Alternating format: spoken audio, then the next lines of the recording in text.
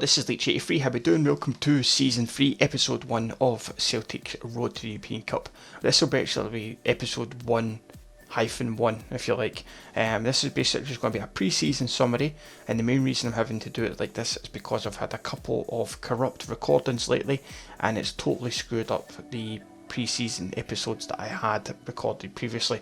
They just didn't work out completely, so what I'm having to do now is give you a rundown of the pre-season to let you know what's been happening, who we've brought in and who we've sold, and how the team is looking before we start the next season. So this is what this episode is going to be about, and then probably in the next couple of days or so we'll have the official start of the season episode, which will be up after that.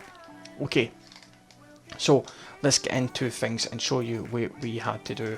Over the pre-season we played in the European Continental Shield, I think it was called, that's it, where we played against Granada, where we won 2-1 in the groups.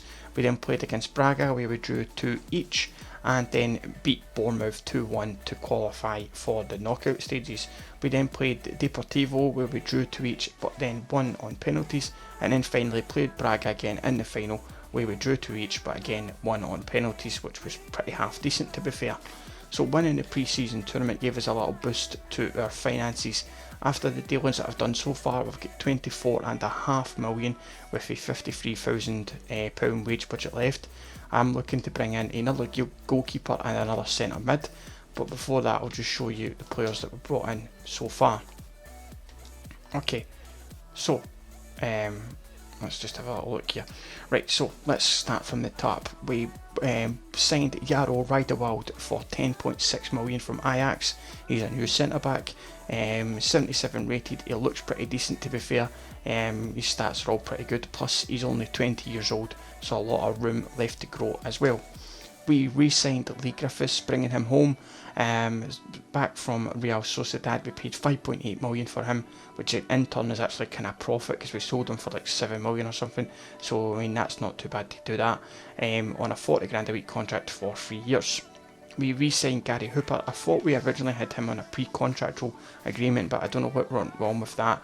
But we re-signed him anyway for 3.5 million for 35 grand a week. We sold Julian, our backup goalkeeper, to West Ham United for 3.4 million. We signed Wanderson from Getafe for £2 million, a pretty decent looking Brazilian. He's only 20 years old, and again he's got a long way to go for his actual growth. 22 years old, sorry, but he's got decent pace and decent agility and what have you, so that's not too bad. Decent dribbling and ball control with, as I say, plenty of growth available to him. We've signed Stefan O'Connor from Arsenal for 650,000. Again, he just looks like a decent little centre back. He's only 20 years old, and again he's got plenty of room to grow on him as well. We loaned out Darnell Fisher. He's away to Ross County for the season, as is Owen O'Connell. He's away to Drogheda United.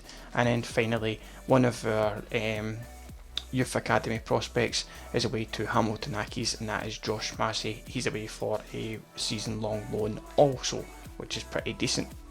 Now, let's just have a little look at the team then to show you how. I've not got the bench all kind of finished yet, but basically the starting 11 will potentially be Gordon in net with Janko Boyata, Rijdewald and Santos at the back, with McLean, Scott Allen and Eswine in the middle, with Gary Mackay-Steven at cam, and then Griffiths and Braithwaite up front.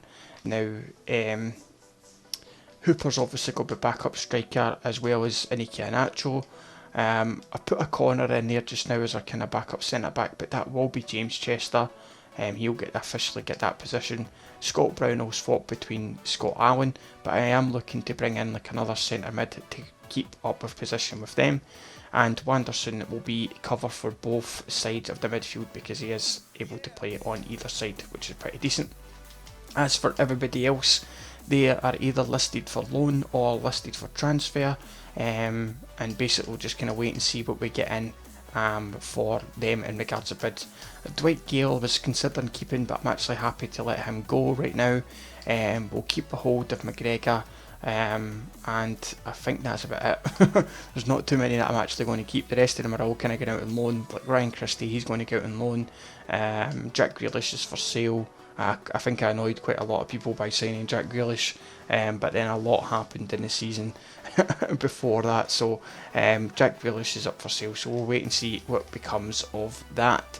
As for everything else at the moment is pretty decent. There's no real complaints just now.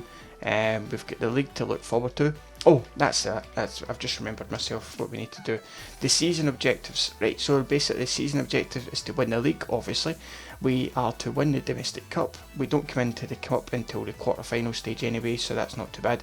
And then finally to reach the knockout stage of the European Cup, which hopefully we will do again after getting to the semi-finals in the last season. Now, if you've not seen any of the seasons before, then I would encourage you to check out the channel and check back on the playlists which are available on the channel, where you can see what we did in season 1 and season 2. It's only thanks to you guys taking part in the straw poll, which I advised you about in the last episode, actually episode 19 of season 2, that we would be doing season 3. So it's only thanks to you guys saying you wanted to do it that we've kept it going. But everything, as I say, is looking pretty half decent. First game of the season is at home to Partick Thistle. That will be at the start of the next episode, which, as I say, will be up in the next couple of days, and that will get the season kicked off. Again, we'll probably be doing 3 or 4 games an episode, whatever you guys prefer, and whatever doesn't really take too much of your time, because I understand sometimes big long videos can be a bit of a pain in the arse. So we'll wait and see how it kind of goes to try and keep the videos within a decent length, but we'll try and make sure it's all not too long a season, because I understand obviously FIFA's not got long left to go. The actual real season of football is just about to kick off, so I want to try and tie everything in, but hopefully it'll all kind of work out. But any suggestions, any comments, anything at all, then please let me know in the comment section, and I'll try and work off of you guys to improve the series as we go forward.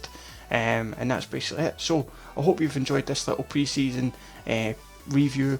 Apologies that it wasn't full of obviously the games and the goals and what have you, but that's just been a problem on my side, so my apologies for that. But we'll be back up and running as normal in the next episode, so make sure you stay tuned for that. So again, I appreciate your support, thank you very much. I'll catch you in the next one. Take it easy.